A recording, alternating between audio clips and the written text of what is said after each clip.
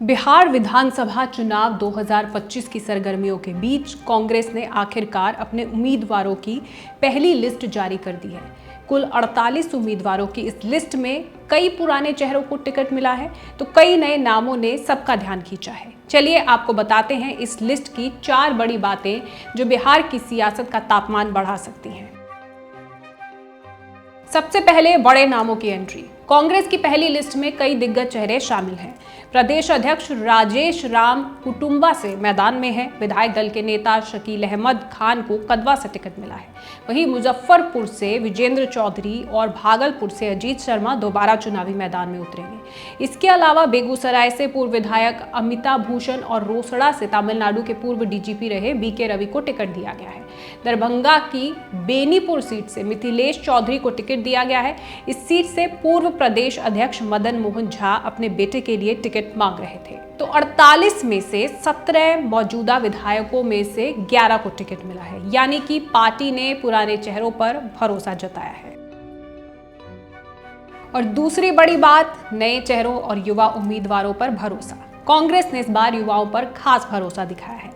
पटना साहिब से शशांक शेखर को टिकट दिया गया है, जो कि आईआईटी और आईआईएम से पढ़े हैं। वहीं सीतामढ़ी की बथनाहा सीट से सिर्फ 25 साल के नवीन कुमार को टिकट मिला है, जो कि अभी जिला परिषद के सदस्य हैं। पार्टी का फोकस साफ है, नई सोच, नया चेहरा, नई उम्मीद। और तीसरी बड़ी बात, मुस्लिमों का प्रतिनिधित्व। पहली लिस्ट में 4 मुस्लिम उम्मीदवारों को जगह दी गई है। कदवा से शकील अहमद खान, बिहार शरीफ से उमैर खान, बेतिया से वसी अहमद और बहादुरगंज से मुसव्विर आलम। हालांकि दरभंगा की जाले सीट से मोहम्मद नौशाद को भी टिकट देने की चर्चा है, लेकिन उनका नाम अभी आधिकारिक लिस्ट में नहीं है और इसी पर इंडिया ब्लॉक में पेच फंसा हुआ है।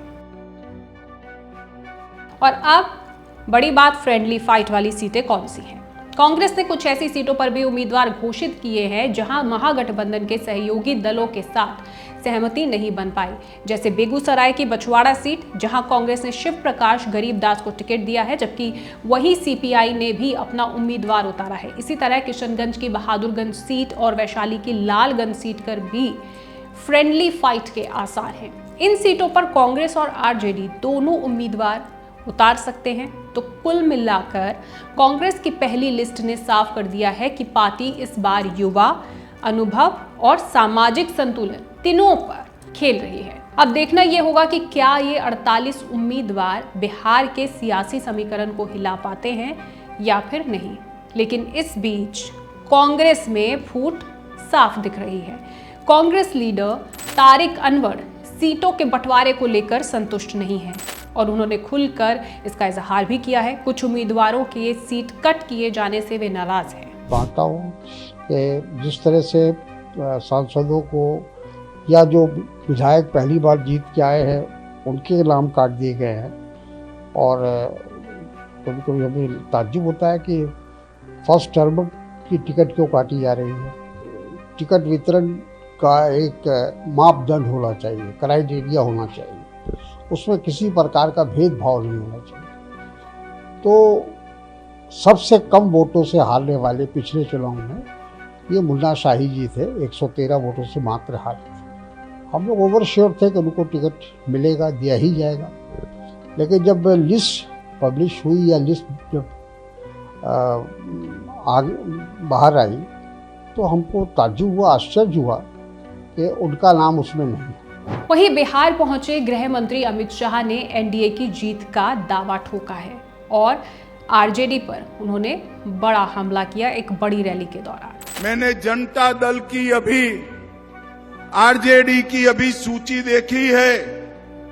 वो सूची में शहाबुद्दीन के बेटे का नाम मैंने देखा है। मुझे बताओ, अगर आरजेडी आज भी शहाबुद्दीन के बेटे को टिकट दे तो बिहार सुरक्षित रह सकता है क्या? जोर से बोलो, रह सकता है क्या? भाइयों बहनों, बिहार को सुरक्षित रखना है तो नरेंद्र मोदी जी और नीतीश कुमार की जोड़ी को फिर से लाना पड़ेगा। अब देखना यह होगा कि सीट बंटवारे का असर इंडिया ब्लॉक पर कितना पड़ता है, क्योंकि साथी पार्टीज के साथ इनका पेच पहले ही कुछ सीटों पर फंसा हुआ है और अब बीच में फूट दिखती हुई भी साफ नजर आ रही है।